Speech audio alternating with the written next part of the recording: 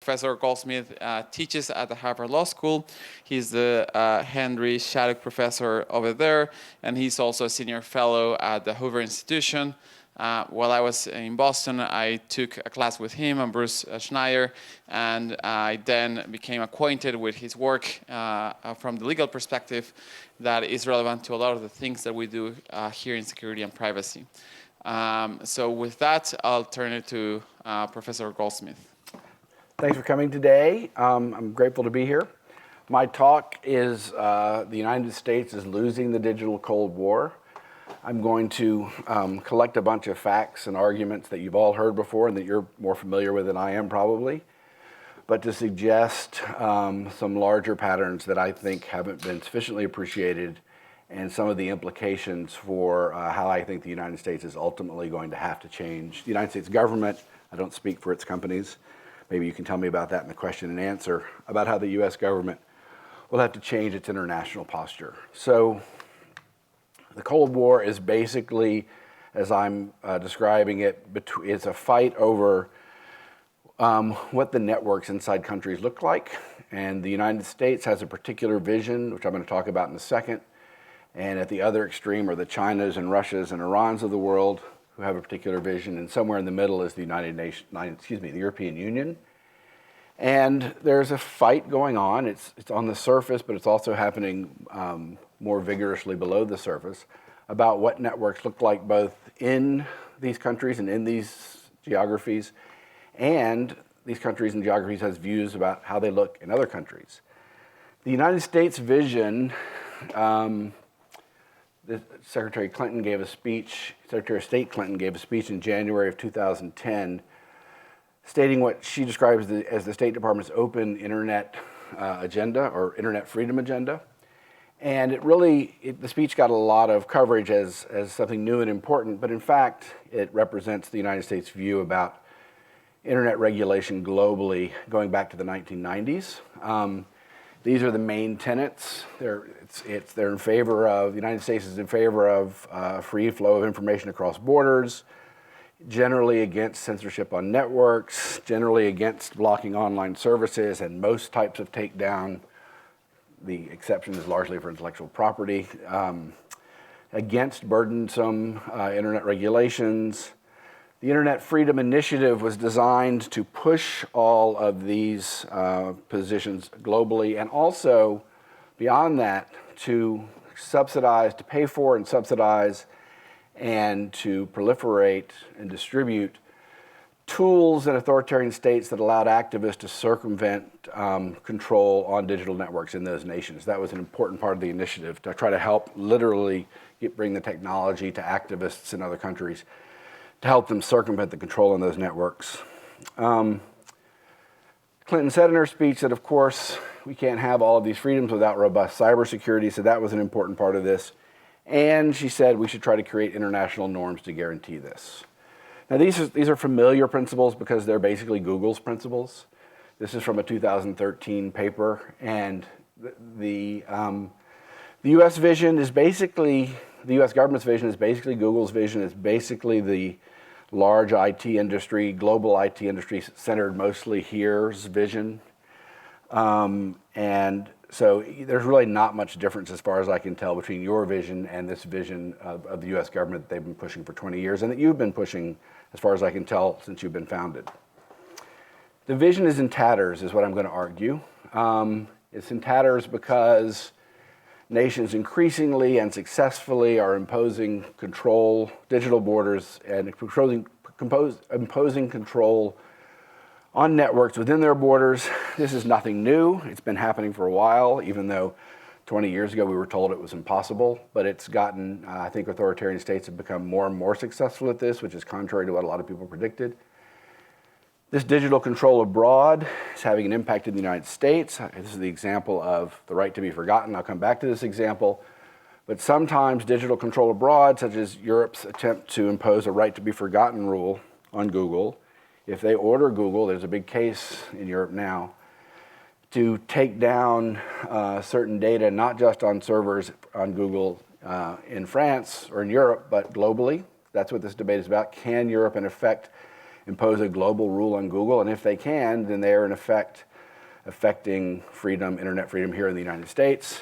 And finally, as the election showed, but that's only one example, adversaries exploit internet openness in the United States. And more generally, well, let's just say those are the three sort of main pieces of evidence that this agenda is in tatters. And I'm going to talk about this and why it's happened. So these are the three reasons why the agenda is a failure. And I don't know the extent to which you appreciate this, especially if you're in the United States, but the United States talks about internet freedom and internet openness, but it is, both its government and its firms, widely seen as the biggest bully on the block when it comes to malicious activity in the network, starting with the militarization of the network. Stuxnet is the greatest example, but there's, as President Obama bragged in his press conference his last press conference at the end of the year, no nation has more powerful offensive weapons, digital weapons in the United States, and it appears that no nation is using them as robustly, although that's now in question since we're on the receiving end of a lot of it. The Snowden revelations, it's hard to exaggerate how much the Snowden revelations, which were 2 years after Clinton's speech, really just was widely viewed as exposing the open internet agenda of the United States as a sham, since it showed that the United States was inside digital networks throughout the world, breaking into endless numbers of systems, extracting information and using it for various reasons. And if there's one event that increased the backlash against this initiative, I would say it's the Snowden revelations.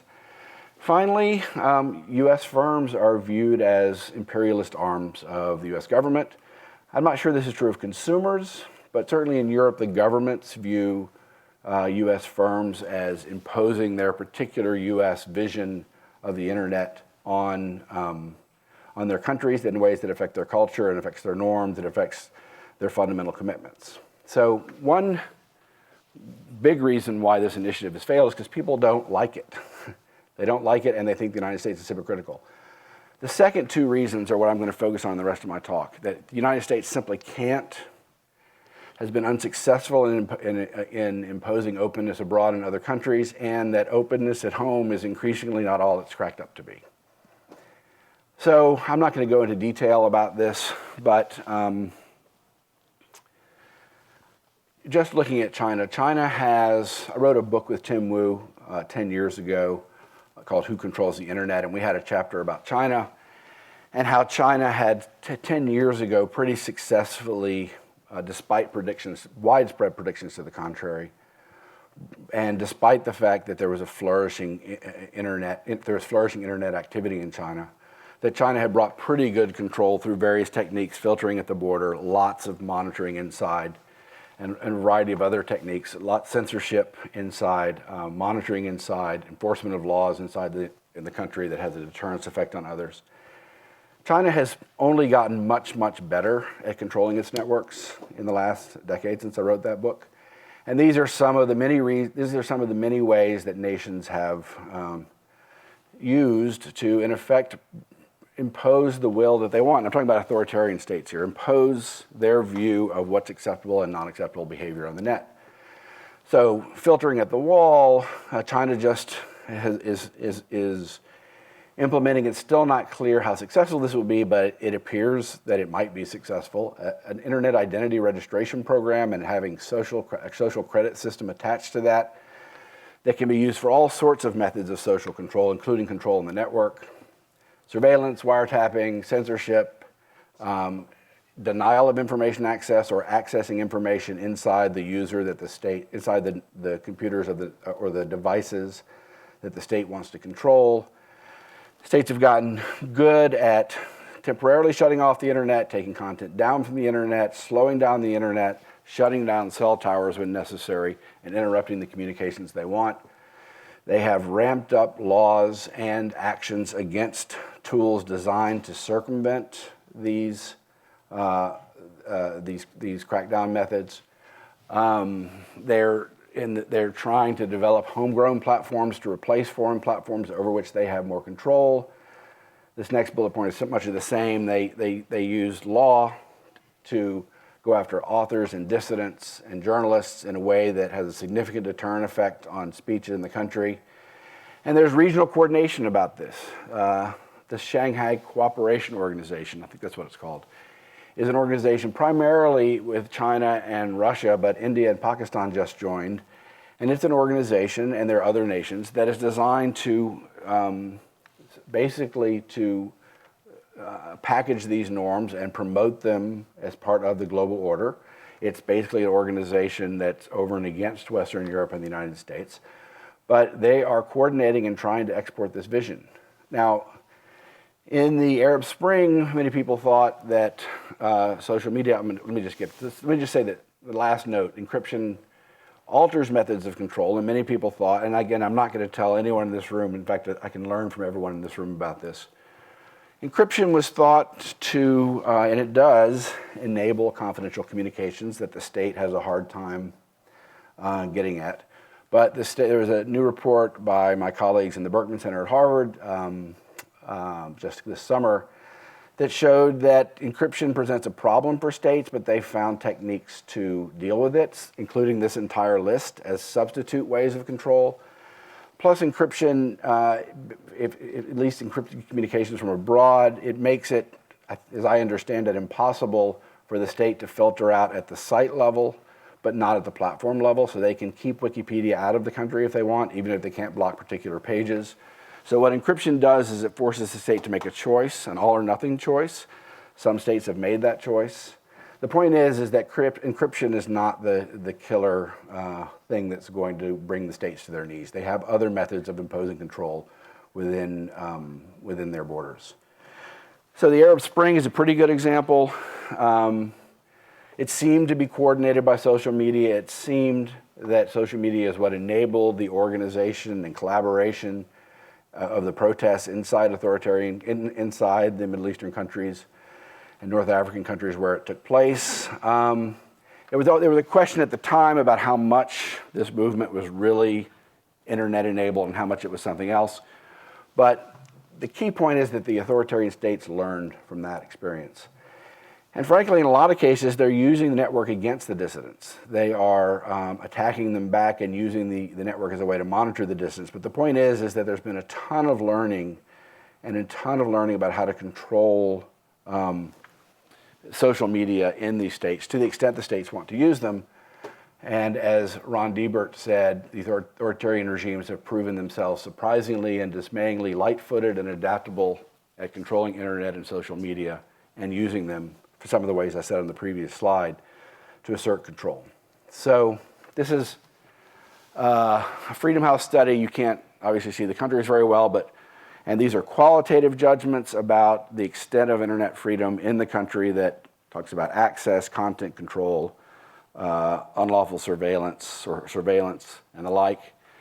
And the purple countries are not free. The yellow countries are partially free. The green countries are free by these qualitative standards. Without getting into the details, and again, this is a qualitative study. It's not the most rigorous study, but it is the most rigorous study because it's the only study of its kind, but it's not terribly rigorous. It's very qualitative.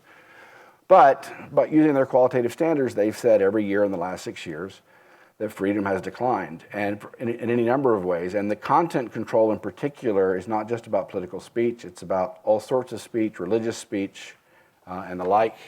And the study concludes that 2/3 of internet users live in countries where criticism of the government or the military is censored. So that is, in effect, so I would say that in this battle for control for openness versus control in authoritarian states, I would say the authoritarian states are winning. I would love to know if any of you disagree with that. I think that's conventional wisdom that they're winning. The EU vision is much closer to ours, but importantly different, and I don't need to tell people at Google about this.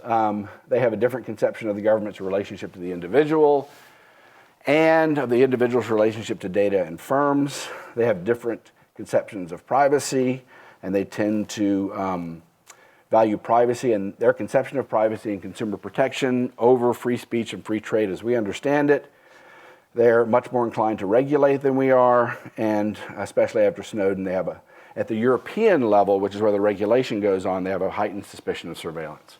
So again, I don't need to tell you what the consequences of this are because Google's living this now. But basically, in this space, when Europe has a more burdensome regime on a company like Google doing business there, it's successfully able to impose it. And we've seen this in all of these areas. And Google has suffered fines and penalties and legal restrictions and threats of regulation and all of these measures in all of these contexts: antitrust, hate speech, privacy, taxes. A lot of these might be motivated by protectionist concerns. A lot of them might be motivated by value differences. A lot of it is probably some mixture of the two. The point is that Europe has a very different vision of what counts as proper communications within their borders and what counts as what can be done with the data within their borders. And the key point is, just as the authoritarian states are able to control in their borders, Europe is able to do what it wants. It's a giant market to which all the major companies want access, and it has successfully so far imposed its different rules, different and more burdensome than in the United States. It's not just, and so the point to here is the authoritarian states are doing what they want within their borders. Let me just say, I'm not saying they're always getting exactly what they want. There's often an arms race, a technological arms race that, again, I don't need to tell you about, between methods of control and circumvention of control or methods of freedom. But in general, the trend has been towards control and towards states, especially states with decent market power where big firms want to do business.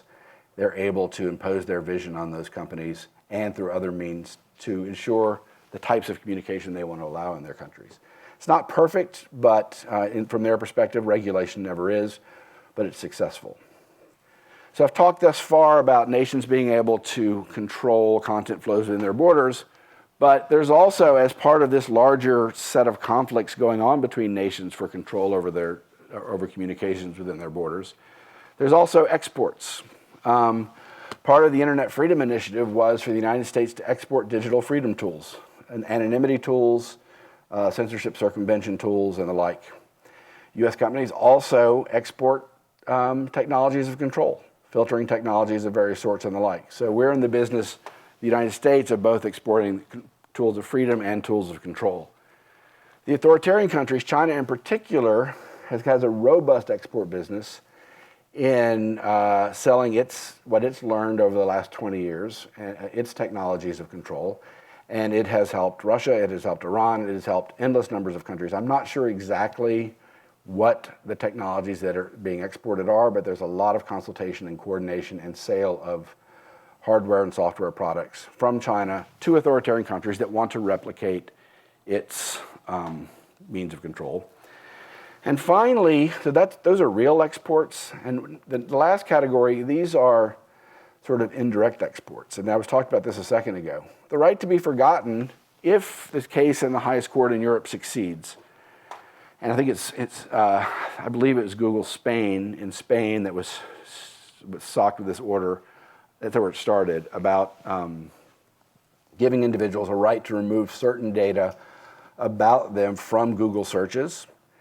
And the ultimate order, I think it was in the highest court in Spain, was that to make this effective, the data had to be removed not just from Google SP or whatever it is, but from all of Google's networks, from all of its databases. You can't get access through its searches to this information anywhere in the world. So to the extent that happens, and to the extent it's enforced, and to the extent Google accepts it and continues to do business in Europe, as I predict it will, and that means that, and I don't know how big an effect this is, but if it's a big effect in Europe, it's going to be the same effect in the United States, and that information won't be available on Google searches in the United States. So that's a form of export of control.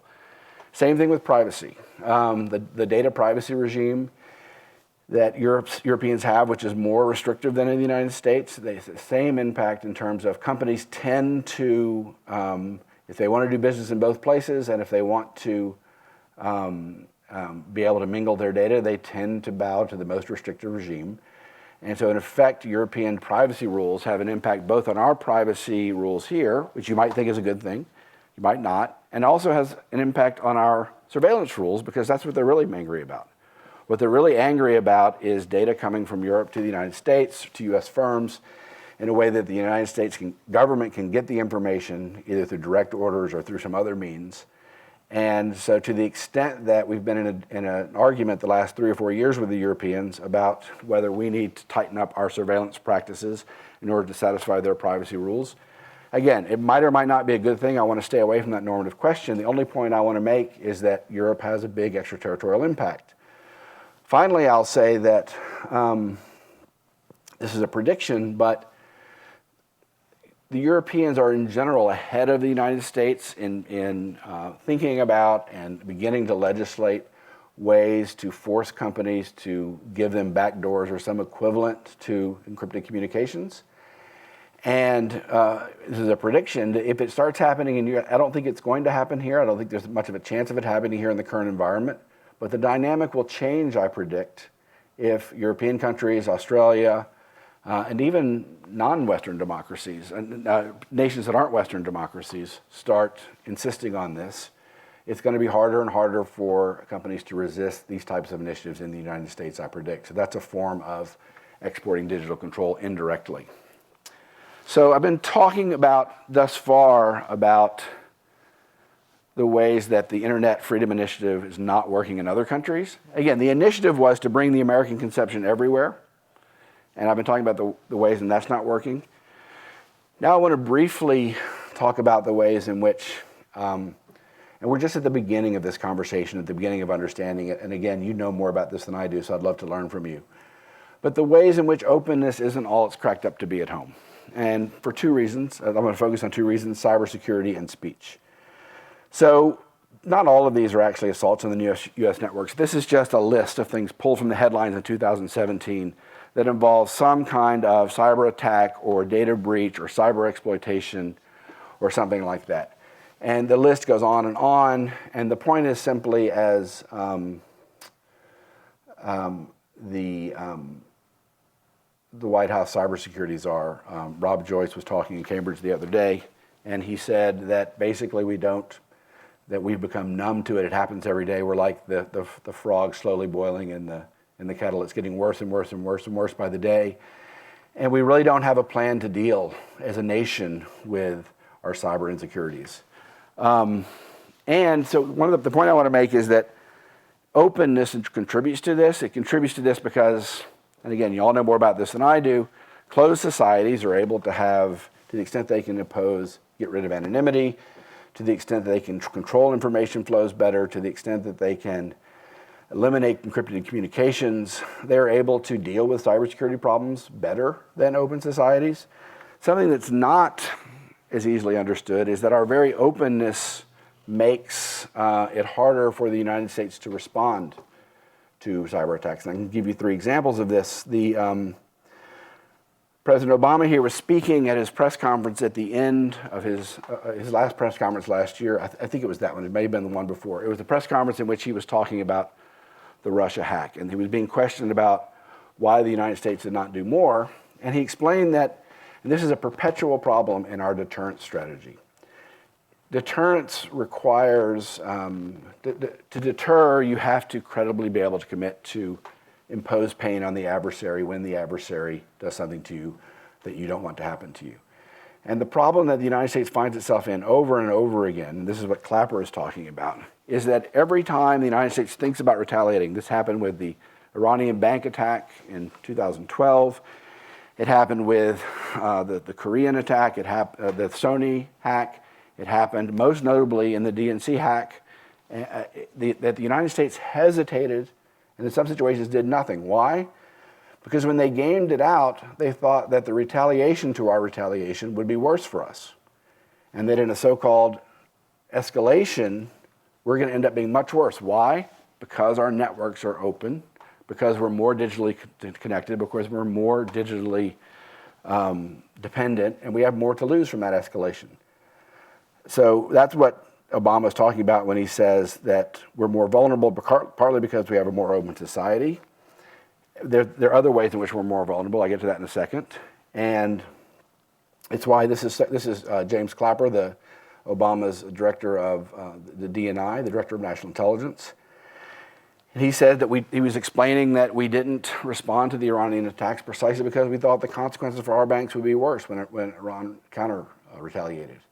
And he said earlier, and this is, I think, the conclusion of the US government, we simply can't do deterrence.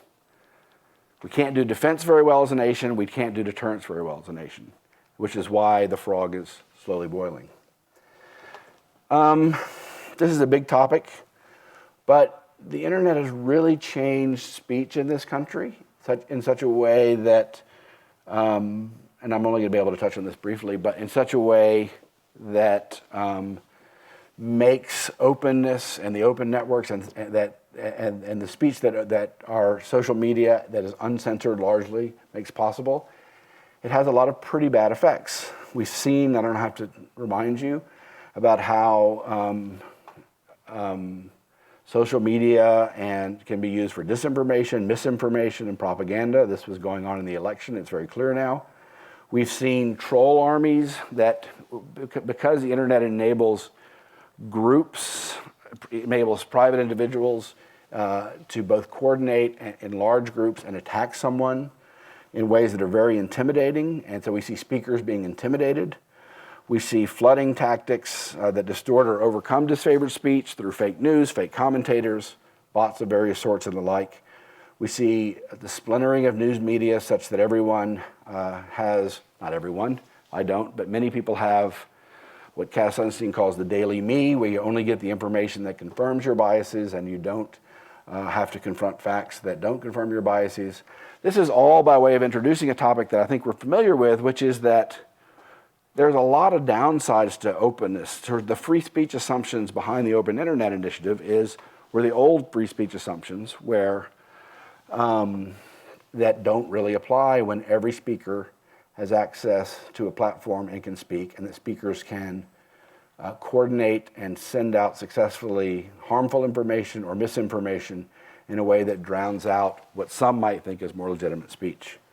So I think the most ironic thing about how the open internet the openness agenda has been upended is Clinton gave her speech in 2010, and it was directed overtly at authoritarian countries.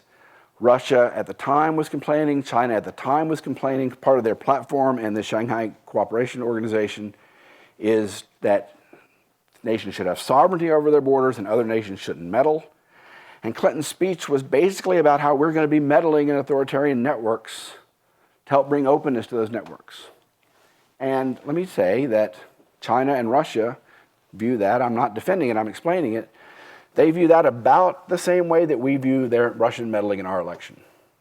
And frankly, it is the same thing, except that they are meddling in a democracy and we're meddling in an authoritarian state. And that might be, it is different normatively, but from their perspective, it's exactly the same thing. And Putin was sure, and he said so, there were protests after the 2011 legislative elections in Russia. There were protests. He explicitly blamed Hillary Clinton for basically organizing, her State Department for organizing and basically organizing and coordinating the protests and helping them get started and giving money for them. And frankly, the United States has a history of meddling in Russian elections. President Clinton's administration intervened in a lot of ways in the election of Boris Yeltsin in 1995, and his assistant, Vladimir Putin, was watching. The United States has long interfered in foreign elections, as has the Soviet Union and Russia. So anyway, this Open Internet Initiative, which was supposed to bring freedom to Russia, basically is what happened to us. We said we were going to meddle in your networks to bring freedom, and they meddled in our networks. And it turns out that Putin won.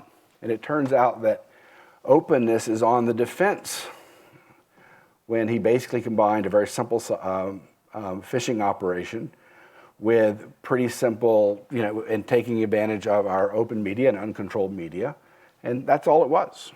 And it had a devastating impact on, who knows if it had an impact on the election, but certainly in the confidence of our institutions. So not the very tactics, but close to the very tactics we said that we were going to use to bring freedom to Russia, they basically used to us to call into question the legitimacy of our electoral system. Okay, last slide. These are predictions. and they're very long-term predictions, and I'm just starting to think about these, but I basically think that what the United States its approach, I'm not talking about companies, I'm talking about the government, its approach towards these issues is unsustainable. I imagine that companies like Google will muddle through and accept the $2.1 billion fine and what I take to be a tweak to their advertising and move on. I don't know what the limit is to Europe. Europe is just going after big American IT firms like crazy now. I don't know what the limit is. I think the limiting factor is what the consumers in Europe, whom I think like American products, will put up with. But for now, the European Union sees, along the dimensions I mentioned, sees U.S. companies as a big giant target, and they're going after them. I imagine that the Googles of the world will be able to handle that. I don't know where that will go, but I think we'll muddle through on that. And when it comes to the Chinas of the world, it's been clear for a long time.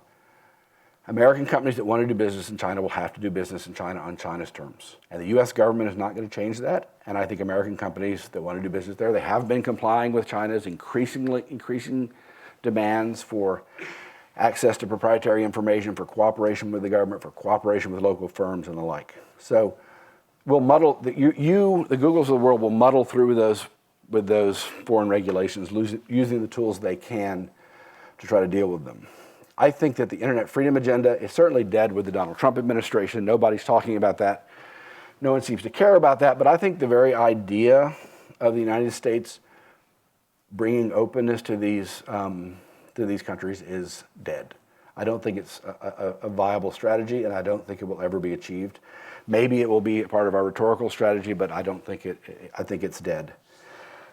This is another big topic, but I really want to emphasize that what we see as these terrible intrusions into our electoral system and into our networks by the Russians, hacking into the DNC, hacking into electoral systems, it's widely viewed by the rest of the world that this is what we do. And along different dimensions, it is what we do. We're in other nations' networks in a very aggressive way. We use military tools aggressively. Stuxnet is the best example. The Snowden revelations were a shock to the rest of the world and to people in this country as well. And I think that the United States never has a chance of getting relief from these type of very aggressive intrusions by other countries that are going on in many dimensions. I didn't talk about them much until it's willing to put something on the table. What are you going to give up?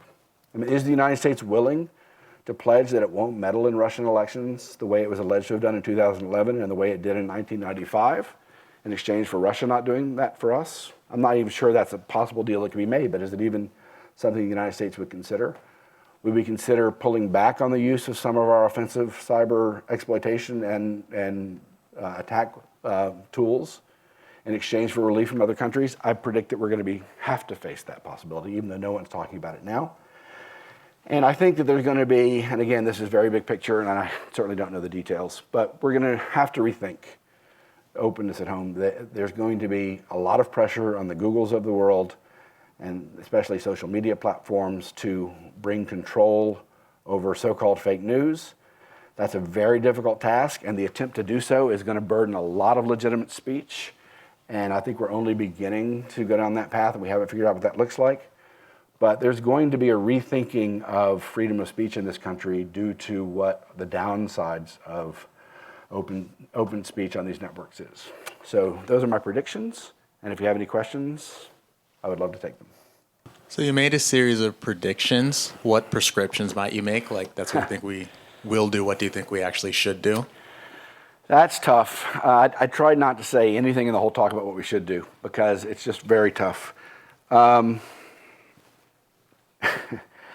think that something like each of these three things should happen. Will have to happen, and they probably should happen in reaction to the changed world. But I really don't know. We're going to see. So even if the internet freedom agenda doesn't work, does that mean we should stop supporting dissidents abroad who are trying to achieve freedom in those countries, trying to circumvent control? I don't think that. But if there's a relationship between our support for that and this terrible predicament we're in with our electoral system and with other things going on in this country, then I think it does need to be rethought.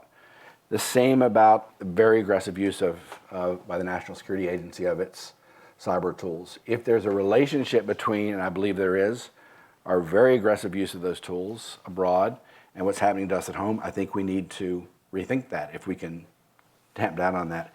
And there's definitely going to be, we're in the middle of rethinking about what kinds of speech we appreciate and how we're going to regulate it. And I know that's going to happen. I don't know what that should look like. Sorry. We have a question from Zurich. How do you see the role of multinational corporations? What are the points of collaboration between governments and corporations for promoting political, social, and economic openness, and who should be taking the lead? That's a tough question. So I don't know how this person is communicating. I'll try to answer it, and he or she may want to follow up. So my view about this is pretty simple. Each company decides for itself what its values are, consistent with what the law of the United States permits it to do. There are a lot of companies that are exporting tools that are facilitating oppression abroad. That's not illegal. A lot of it is not illegal. So, companies have different values, and they have to decide for themselves and their shareholders what they want to do. Governments. So I will just say this. I think I can answer the question this way. Governments will impose order on corporations within their borders to the extent that they want to. The only question is whether the U.S. government should take a stand about the extent to which U.S. corporations can be doing business, say, in China or Iran or something like that. And to date, we do have laws about that. They're called sanctions laws. You can't do business in some nations. I ultimately think my very simplistic view is that corporations should be able to do what they want to do, consistent with their values and whatever they're trying to maximize, consistent with the law, anywhere in the world. And if the U.S. government, which is where these corporations are, wants to change that, then there needs to be a law that's passed. And that's it. And I hesitate very much to have the U.S. government intervene in places like China to tell companies what they can and can't do there. For a whole host of reasons. I think that's a bad idea. So you talked about what you think the United States will do or should do, but we at this point don't seem to have a good idea of what our conception of open networks are. There's an ongoing debate about net neutrality. There's stuff about the NSA. Yep. Is it possible for us to do anything? I mean, I guess doing something that means that the Rob Joyces and Hillary Clintons of the world and Googles of the world get together and figure things out. Is that a possible way forward? Or do we need an open conversation? And if we need an open conversation, how do we do that when in the past, the way that things have seemed to have been done with things like, the NSA essentially came out of secret Bush administration programs. The open internet agenda was an Obama administration thing that they just sort of wanted to do without a whole lot of public discussion around it. So how do we avoid that the next time around, especially given the state of current U.S. politics? Okay, hold on to the mic because I have a question for you. I don't really understand what the question is. Sure. So I understood everything you said, but could you? So let me just say one thing, Yeah. and then you can tell me what the question is. So the Open Internet Initiative. I mean, when I started thinking about this, it's actually hard to pin down what that means. It means a lot of different things and different people. And I gave a list that was basically the general list that I was able to discern from her speech and from other things. And it's basically free trade in digital goods. I mean, that's basically what it is, both domestically and internationally. But so with that background, could you just give me a short version of the question? Because I didn't really follow what you want me to answer. Yeah. So how do we do we need an open conversation about what the United States should or can do within the United States? Do we need to agree about what our conception of the U.S. role in the internet is? And two, how do we do that given that in previous iterations of this problem, when the United States has taken a stance on these sorts of things, whether it's regard to the NSA or sort of open internet things, that seem to have been small groups of people in various policy communities essentially saying, we're going to do this, and either doing it secretly or doing it without sort of public mandate. The Obama administration did not have open internet as a major sort of plank of their platform, right? Obviously, they talked about it. You mean Trump or Obama? Obama. Okay. I mean, President Obama, when people say, why did you vote for him? I'm not sure that open internet was the first thing on their mind, right? There's not sort of a public mandate for him to go off and start imposing open internet on the rest of the world. I agree. So let me just say a couple of things, and I think this will answer your question. The first one is, yes, unless we as a country have a coherent conception, I'm talking about the government level. I mean, firms have different motives, and it's hard for the government to coerce them in their business abroad for reasons I just said. It doesn't happen that much. But let's just talk about the government. the government needs to have a coherent conception about what it's doing and why. I don't see actually that much of a difference across administrations. I mean, the only thing Hillary Clinton really added in that speech to what Bill Clinton was saying in the 1990s was this idea that we're going to subsidize and pay for these, and that might not even have been new, these tools to help people circumvent control abroad. And the NSA stuff, yes, that started with Bush, but it continued right through Obama. And so there's actually continuity across administrations. I don't know about the Trump administration. Where I don't think we have had the right conversation, I think this answers your question, is, and I've talked to a lot of people in the government about this, and they just like shrug, like, what are you talking about? We haven't had a conversation between the open internet freedom of people and the national security people. And those are, I mean, you can't be promoting, in my opinion, openness abroad, and you can't be promoting freedom on the net if you're, in effect, undermining those networks and exploiting them. Especially if part of the reason you're doing that is to achieve political ends in those countries. So that is what I see as the fundamental tension within the U.S. government, that the U.S. government doesn't see at all because it's just a gigantic thing and they can have these two different agendas. And, you know, the Snowden revelations caused that hypocrisy to get noticed, but it didn't cause it to change at all. And that's where the conversation needs to be had. And that's a very hard conversation to have. And it hasn't happened yet. But that's the point that we need to figure out our priorities, I think. Does that make sense? Given what you said about the increased domestic surveillance since 9/11, and even the recent Department of Justice subpoena of Facebook activists' user information, do you think we're trending towards greater authoritarian control on part of the U.S. government? I wouldn't call it authoritarian control because it's all democratically sanctioned in some extent, and it's governed by the rule of law. We could have a debate about that, but I firmly believe it's governed by the rule of law. But yes, I mean, we have increasing, I would say, national security control of our networks since 9/11 through a variety of means, and there's no doubt about that. There's no doubt about that, and I don't see that turning back anytime. And in fact, here's another prediction. I don't really want to defend, but I'll just make it. I think that the cybersecurity imperative is, I'm not saying this is a good idea, but I think the cybersecurity imperative is going to lead the government to be more involved in domestic networks. So I think that the combination of the 9/11 anti-terrorism imperative and the cybersecurity imperative, that those two things, I wouldn't call it authoritarian, because I think it will happen pursuant to the rule of law, but it's definitely not pro-civil liberties. And I do think that trend will continue, and I don't see it. You know, the 702 is up for reauthorization, and there might be some narrowing of it a little bit, but fundamentally I think that program will stay in place. And I really do think that the cybersecurity problems are going to require, I don't know how, and I don't know when, but the government to be much more involved in the networks. So is that an answer to your question? I think it is. What do you mean by quote, European governments have had more success than the U.S. government when it comes to imposing backdoors to private companies? Do you have examples in mind? I do. I don't have the legislation before me, and I didn't quite say that. I was careful about what I said. I said that they're further along in accepting the idea that we're going to have compromises on encryption. There have been legislation proposed. In some cases, it's been passed. I'm happy if the person wants to email me to send them the data and need some papers on it. I don't have the details on the tip of my tongue.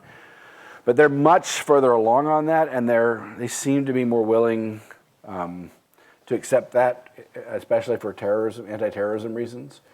And the prediction is that if that comes to fruition, then it's going to put pressure on similar measures in the United States. So I'm British, and I agree with what you were saying about the US has far more rule of law in the way it handles things. But in this space, there's some interesting things been going on in the last few decades that have become more and more obvious. And I'm curious what your view is about secret law. Things like the interpretations of the law made by certain, say, Department of Justice internal lawyers, or what goes on in the FISA courts. Those sorts of settings where the law is made and interpretations of the law are being applied, but they're not publicly accessible, which is unusual for the US. Yeah. I'm curious how you take so that. You probably don't know this, but not only do I have views about it, I've done it myself. I've been a Justice Department official who interpreted law in secret in some very highly classified contexts.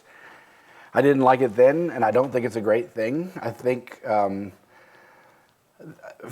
written papers about this, and I'd be happy to send them to you. But in general, I think that sometimes there is a need for secret legal interpretation when exposing the legal interpretation when making public the legal interpretation would reveal programs whose revelation would be damaging to those programs and which are important to the national security of the United States.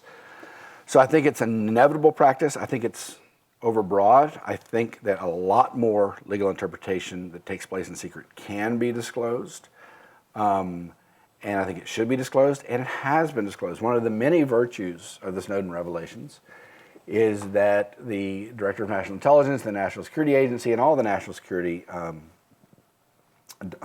departments and agencies have been much more robust, not perfectly, but much more robust in disclosing, much more so, thousands and thousands of pages of documents of FISA court decisions and legal interpretations that formerly they never would have disclosed. And I think that there should be more of that to the extent possible. But let me say also, there can also be, and this is going to be maybe seem paradoxical, there can and should be more transparency inside the government. So one practice that I found strange when I was in the government, and I've written about since I've been out of the government, is so there's actually a separation of powers that takes place in secret in national security inside the government. There is, and it's a deformed form of the one we usually think of, but it's a lot better than nothing, and it's a substitute. There's the executive branch, which interprets the law and enforces it. A lot of the time, it is reviewed by the secret court, the FISA court, and that is not a rubber stamp court. And there is reporting to the Congressional Intelligence Committees, who ebbs and flows, but they have much more, in my opinion, a more robust role. Senator Wyden has been extremely consequential in holding the executive branch's feet to the fire, and other members of that committee have as well. So here's the thing about secret legal interpretation. As I say, I did it myself. When you're in those secret rooms making those interpretations, it would lead to much better and more rigorous and narrower legal interpretations if all of those interpretations were being shown to other institutions. We weren't in the business of showing them generally to the Congressional Intelligence Committees. I think that should happen. It does happen more. That very act of disclosure in secret to another body really has a disciplining effect on the United States and takes away the inevitable, it diminishes the harm of the inevitable compromise that I think is necessary for secret law. So that's what I'd say. I'd say that the problem is a serious one, but it's improved since and because of the Snowden revelations. One of many things that Snowden did. I believe he caused great harm to the national security, but he also achieved many great benefits. What is the connection between openness, defined as free speech, and information security? You repeatedly say that openness weakens security. How will censorship of speech on the internet improve security? I didn't say that censorship would improve security, and I'm not sure that follows. So the example I had in mind is that the kind of information operation that the Russians did, that's a much more successful operation in an open society where the press is not controlled, where people can speak and say what they want. And it's easier to sow division in a world in which the government is not controlling speech and not controlling the press than it is in one in which they are. That's one example I had in mind. During the past decades, there have been incidents where the authoritarian... Which case? There have been some cases where the authoritarian countries, their internet control methods spill out of their border and affecting other countries' users of their use of internet. Yep. So my question would be that did U.S. government consider cooperating with other countries or maybe authoritative agencies of the cyberspace to push back these kind of controls? Can you give me an example? For example, I think it was maybe 5 or 6 years ago when the Chinese government used the Great Firewall to block the New York Times and Wikipedia. They still do, I think. Yeah, of course. But one particular method was to pollute the DNS server. Oh, I see. Yeah, and there had been incidents where the global DNS server got polluted instead So of in other words, Chinese filtering New York Times and Wikipedia at the Chinese border because of the techniques they used cause those services to be denigrated outside of China. Yes. Yes. This happens. This is another example of exporting control. I could have added to my list. So what is the question? What can the United States do about it? I mean, did United States consider cooperating with other countries or authoritative agencies of the cyberspace to pressure, let's say, Chinese government to scale back such behaviors? I guess. I don't know. So there are no authoritative cybersecurity agencies. And that's part of the problem. But Okay. I don't know about that particular case what the United States did. But who is it going to cooperate with, and what is it going to do? What are its options? I mean, if the problem is bad enough, if the extraterritorial effect of what China is doing at its borders is bad enough, then we have a whole, it's just like any other international dispute where China does something that has an adverse effect in the United States, and that we do the same thing. There's a whole range of tools from calling someone and yelling at them and threatening them to imposing sanctions to retaliating in cyber or retaliating outside of cyber. There are a whole host of tools that we have. And we've got extraordinary cyber weapons that we could use. But the question is, was that really a big enough deal? Did it last long? Was it on purpose? Did it go away? And is the United States really going to use its tools to fight back against China? It's a very tricky proposition. I imagine what happened, and what usually happens is, but I don't know about this case. I mean, I heard about it, but I don't know how it went away, is there was some diplomatic exchange. And the United States probably made clear that it wasn't pleased with what China was doing. And I think it doesn't happen anymore. But here's the real truth is there's not much we can do. I mean, what can the United States do if it tells Google to take down data from its searches globally to protect Europeans' privacy, and that means that you can't find some information that you might want to get? What can the United States do? I mean, it's really Google's decision.